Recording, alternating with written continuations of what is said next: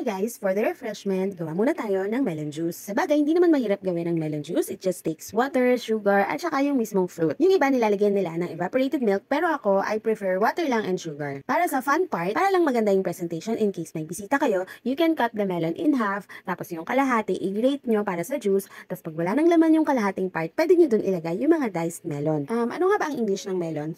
Cantaloupe? Honeydew? Basta melon. So, panahon pala ng melon kapag June to November. Kaya pala matamis yung nabili ko. Eh, napakarami ko ang time, kaya hiniwa-hiwa ko na yan. Dahil ganun din pag binigay mo sa anak mo, sasabihin din, ang hirap kainin. Kaya pag mas madaling ipakain sa mga anak mo, hiwa-hiwain mo na. Ayun, pero hindi naman ako galit.